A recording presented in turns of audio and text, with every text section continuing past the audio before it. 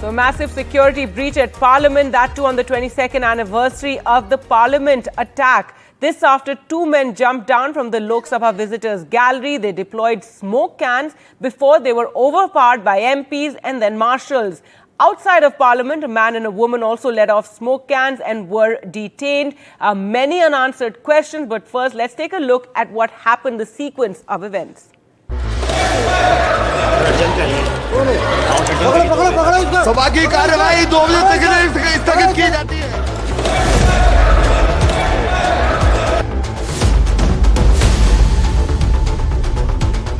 A shocking security breach in Parliament on the anniversary of the 2001 Parliament terror attack. Two incidents involving 4 persons, both inside and outside the highly secured Parliament complex.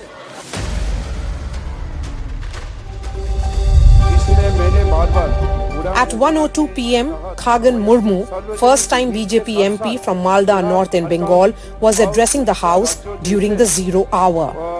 Two men, both carrying smoke canisters, emitting yellow smoke, jumped from the visitors' gallery and ran into the Lok Sabha chamber. The House CCTV system showed one man wearing a dark blue shirt leaping across desks to evade capture, while the second was in the visitors' gallery spraying smoke. Congress MP Rahul Gandhi and Union Ministers Hardeep Singh Puri and Anupriya Patel were present at the time. Both men were overpowered by MPs and security staff. Plumes of yellow smoke could be seen all over the Lok Sabha. The two men involved in the daring attack were identified as Manoranjan and Sagar Sharma, who got their visitor's pass in the name of MP Pratap Simha. Suddenly, two people from the visitors' gallery jumped into the house. यहाँ पे आते हैं visitors हो चाहे reporters हो, because we don't know कि किसी के tags नहीं है reporters के. So everybody is like एक दूसरे से टकराते हुए जाते हैं. So I think so government को ध्यान देना चाहिए. पब्लिक गैलरी से 2 लोग कूद गए और एकदम से धुआं जो है वो उठने लगा, अफरा तफरी मच गई, लेकिन उन दोनों लोगों को पकड़ लिया गया है. BJP member Rajendra Agarwal, who was in the chair, adjourned the proceedings till 2 p.m. as soon as the disruption happened. Even as the security was trying to grapple with this breach, details emerged of another breach just about 10 minutes ago around 12:50 p.m. Two other individuals, a man and a woman, were detained outside Parliament, also with coloured smoke canisters that exploded and spewed red and yellow smoke. The man and woman have been identified as 25-year-old Amol Shinde and 42-year-old Neelam. Delhi police sources tell NDTV that the two incidents are likely related. मैं इस वक्त scene of crime के ठीक सामने हूँ, संसद भवन के सामने, और ये जगह आप देख सकते हैं, ये लाल रंग की जो केमिकल है, इसको सिक्योरिटी ऑफिशियल्स यहाँ पर कलेक्ट करने के लिए आए हैं और इस सैंपल को यहाँ से लिया जा रहा है. ये घटना 12:30 बजे हुई, लेकिन काफी देर से यहाँ पर जो इन्वेस्टिगेशन ऑफिशियल्स हैं वो यहाँ पर आए हैं. उन्होंने यहाँ पे सैंपल्स लिए हैं इन केमिकल्स की. At 2 p.m. when the House resumed, the Lok Sabha Speaker shared details on the investigation. प्रारंभिक जांच के अंदर जो प्रारंभिक जांच आए वो दोनों लोग पकड़ लिए गए हैं. उनकी सारी सामग्री को जब्त कर लिया गया है और जो 2 लोग बाहर थे उनको भी गिरफ्तार कर लिया गया है. A massive security breach on the 22nd anniversary of the terror attack on Parliament brought back dark memories of 2001. In fact, hours earlier, Prime Minister Narendra Modi and President Draupadi Murmu led a tribute to the 9 security personnel who were killed. With bureau inputs in New Delhi, this is Maria Shakil. Now, what's shocking about today's breach is that this was in the new Parliament building, which was meant to be more secure. It's raised many questions on how these men managed to get past 5 levels of screening to bring in those canisters into the visitors' gallery of the Lok Sabha. Vasudha takes us through the details. the episode of a serious security breach that happened today has raised many questions, but it is not easy getting inside the parliament, and we'll show you exactly why. Right behind me is a board that says reception office, Parliament House. This is where you come if you want a visitor's pass. Mostly an MP has to recommend you for that, and you need to have a background check. For visitors, the rules are very clear. You cannot spend more than 45 minutes to 1 hour inside the parliament. So it is quite, that is one question that the opposition has asked as to how did these two people who breached security manage to spend so much time inside the parliament. Inside the parliament, once you get inside the parliament, there are 7 layers of scanners and of course checks at different layers that you have to go through, especially if you're a visitor. Now, remember that once you get your pass from this office, you actually go to Rail Bhavan side and then you enter from the designated entry for visitors, which is on the other side. Let me show you. That says Parliament House, and this is where you enter. Now, this is a key difference between the old parliament and the new parliament, because the old parliament was porous and it had multiple entry and exit points. But the new parliament has security as a key feature, and that is why it has designated entry and exits. There are 6 gates: Makar Dwar, Garud Dwar, Gash Dwar, Hans Dwar and Shardul Dwar, and there is a designated entry. The visitors are ushered in and ushered out. And inside the parliament there are 3 security agencies, 3 security bodies that man the entire security process. If you look at the gates, you can see those policemen. They are CRPF commandos. They've been in place. They're part of QRTs, which are quick response teams. They've been in place since the 2001 attack on the parliament. Apart from that, of course, and then there is also Delhi police. The sanctum of the parliament, especially the Lok Sabha, the well of the Lok Sabha is looked into by the security is taken care of by the marshals, who are also assisted by the SPG every time the Prime Minister is in house. And apart from that, there are CRPF personnel and also Delhi police people who take care of the entire security. 7-layered security system in place, which is why it's quite appalling as to how did these 2 men enter the gallery, which of course has another layer of security and scanners. And remember, when the scanners are there, you're not allowed to have anything that has a little bit of metal on it. So for these guys to carry something like canisters is quite a big security breach, which is something that will be revealed in the days to come after a thorough review is done.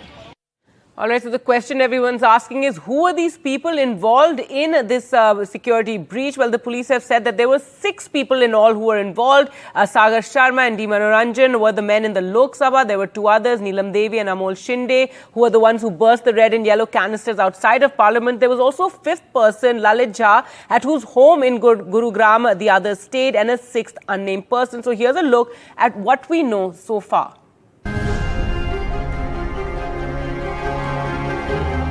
6 people, 4 of them raising slogans and armed with smoke canisters, cause a massive security breach in Parliament.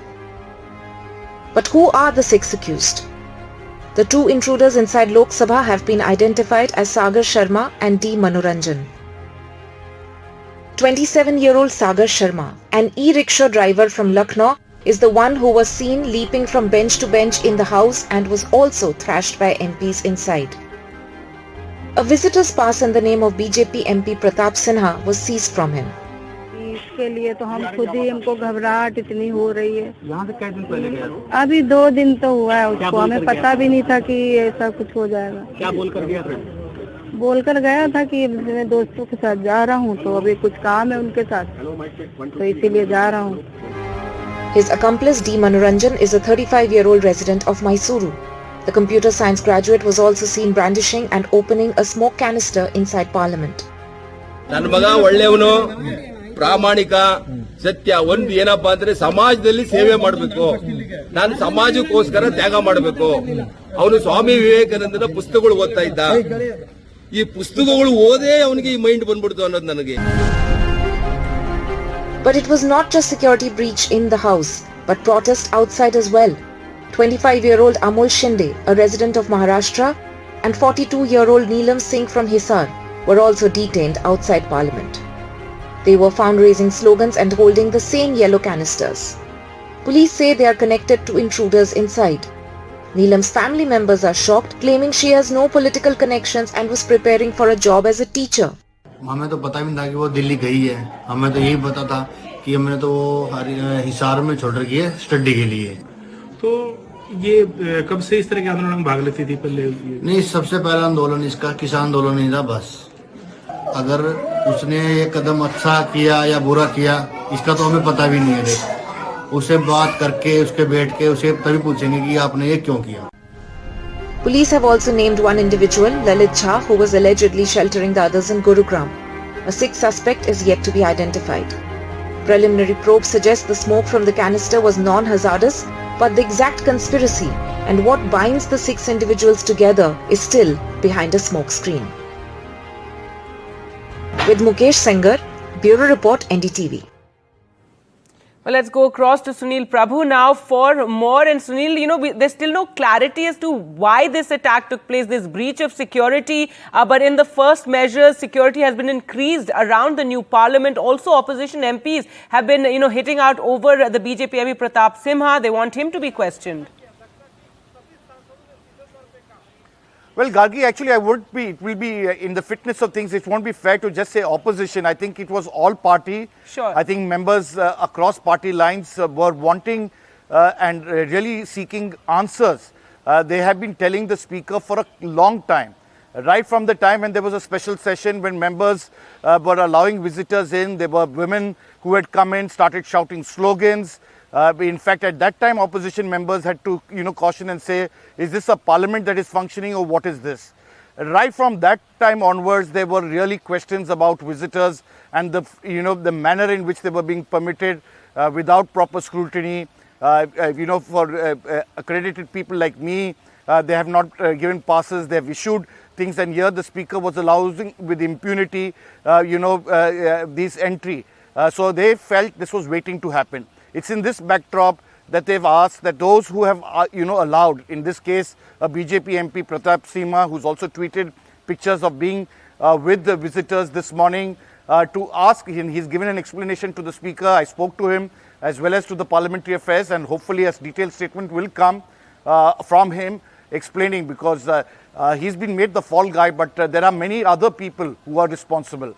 Right from the security agencies. This parliament is a multi-layered security, from the SPG to the CISF to the CRPF to NDRF to various agencies, Delhi Police, and thousands of crores of rupees have been spent of taxpayers' money to protect the temple of democracy. How did you allow it? Now, some of the measures that I have taken, that in the visit, they will not be permitting visitors immediately, and in the visitors gallery, there will be a provision for what they call now, just like in airports, a glass seal, so that nobody can jump over. There'll be more watch and ward staff, something that they learned today, that there was inefficient, not sufficient watch and ward staff to protect the members of parliament in case of an untoward incident. So there'll be more deployment of watch and ward staff in the chambers of the house. The third, of course, is one would have expected that there would be more body scanners in the 21st century new parliament, but those body scanners are not there. So full body scanners will be provided, and more importantly, separate entries for various, be it MPs, for journalists, for visitors, to ensure safety and security measures that will be taken. All right, Sunil, thanks so much for joining us with all those details. Well, let's now move away from the Parliament security breach and get you some of the other news of the day. And today, the Chief Ministers of Madhya Pradesh and Chhattisgarh were sworn in, and with it, the dawn of new leaders in the Hindi heartland for the BJP. Mohan Yadav took oath in Madhya Pradesh, replacing three-time Chief Minister Shivraj Singh Chauhan, while Vishnu Deo Sai took oath as Chief Minister of Chhattisgarh. Prime Minister Narendra Modi, Union Home Minister Amit Shah attended the swearing-in ceremonies in both Bhopal and Raipur, and in both states, two deputy chief ministers were also sworn in, which seems to be the formula the BJP has gone with in all the three Hindi heartland states that it's won. Now, more than 2 months after the Israel-Hamas war broke out, India has for the first time voted in favor of the draft resolution at the United Nations General Assembly that demanded an immediate humanitarian ceasefire and unconditional release of all hostages. India had not called for a ceasefire in its statement so far. In October, India had abstained at the UNGA on a resolution that called for an immediate humanitarian truce. So a change in stand for India.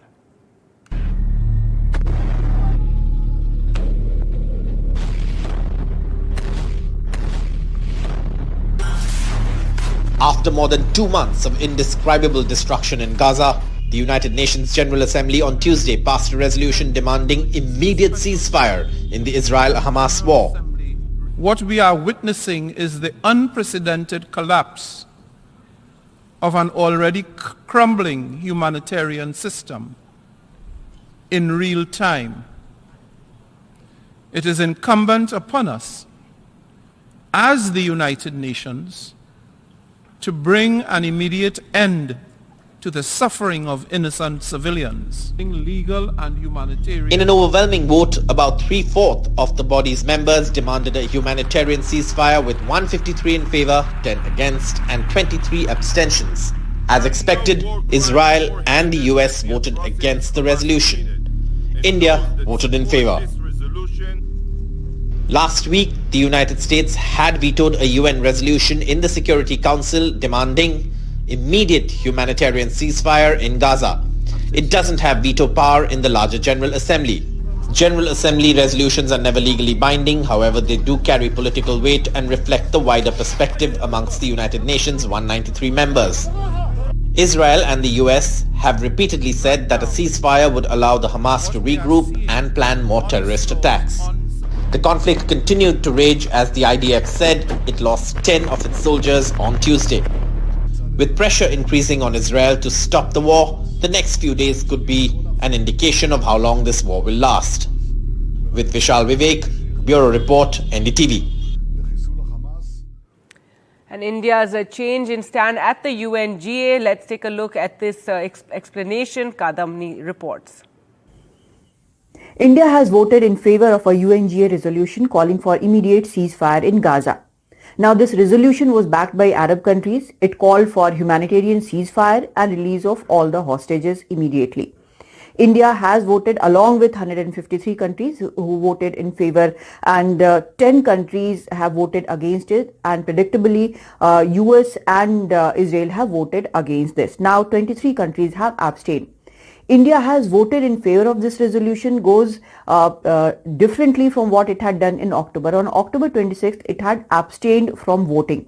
When it was asked why India did that, it was said that India had to drive home the point that India has zero tolerance for terrorism, and this resolution had not condemned it in a very clear way, in clear words. So India had abstained on that. But there were other 5 resolutions which were criticizing Israeli settlers, and India had voted in favor of that.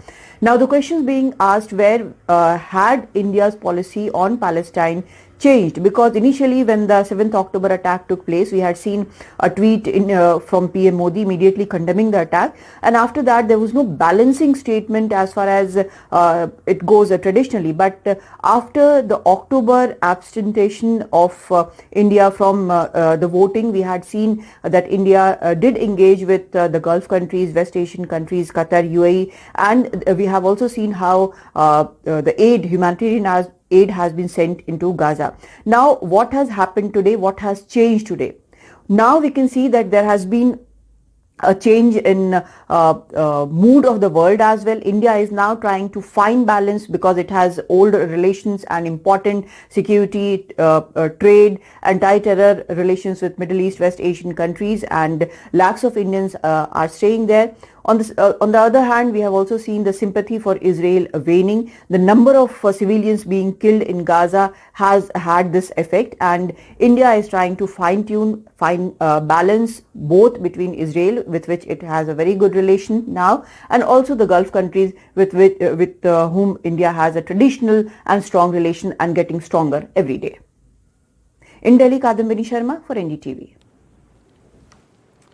News now from Kerala and Sabarimala. Overcrowding and mismanagement has led to the deaths of 2 pilgrims at Sabarimala over the last few days, including an 11-year-old girl. Now, according to reports, 120,000 people arrived at Sabarimala on Tuesday. More than 4,000 people were allowed on the 18 steps every hour, and because of that there was this huge pile-up and hours of waiting that was involved. Now the opposition has hit out, the BJP has hit out at the Kerala government, claiming that there's absolute mismanagement and also saying that the government's only interested in making money through Sabarimala. The Chief Minister called a high-level meeting and called for improved coordination as well as crowd management at the temple shrine. And following this incident, Kerala Health Minister Veena George said that a special rescue ambulance will also be deployed.